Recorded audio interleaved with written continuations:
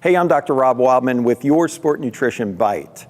Our topic right now is protein. As a sport nutritionist, I get a lot of questions about protein. How much do I need? Or is too much a problem? We're going to address that. Over the last few decades, we've realized that the needs for athletes for protein is at least double that for people who don't exercise.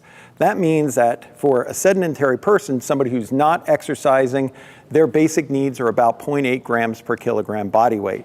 Whereas for people who train hard, athletes, their needs are higher than 1.5 gram per kilogram body weight and even closer to 2 grams per kilogram body weight. So a good rule of thumb would be 1 gram per pound of a target competitive body weight.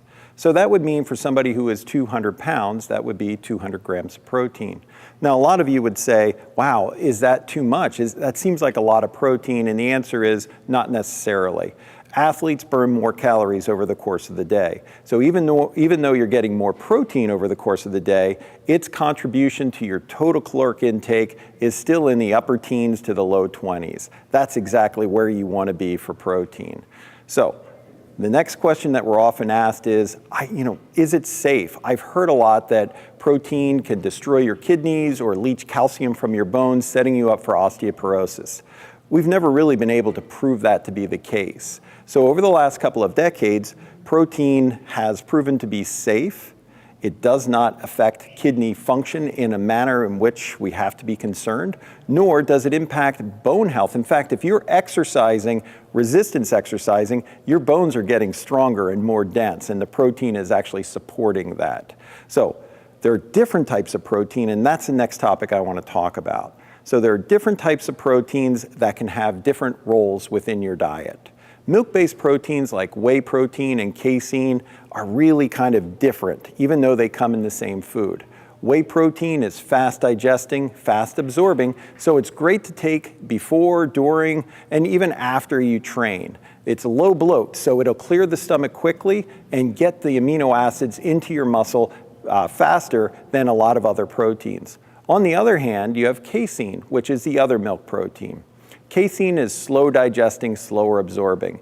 You can take casein during periods of extended, like in between meals or at night. That's when casein may be best applied. So it will deliver amino acids to muscle over a 5-6 hour period of time. And the last point we'll make is about distribution. So when should you have your protein? There's a lot of talk about nutrient timing, protein, the anabolic window immediately after your training.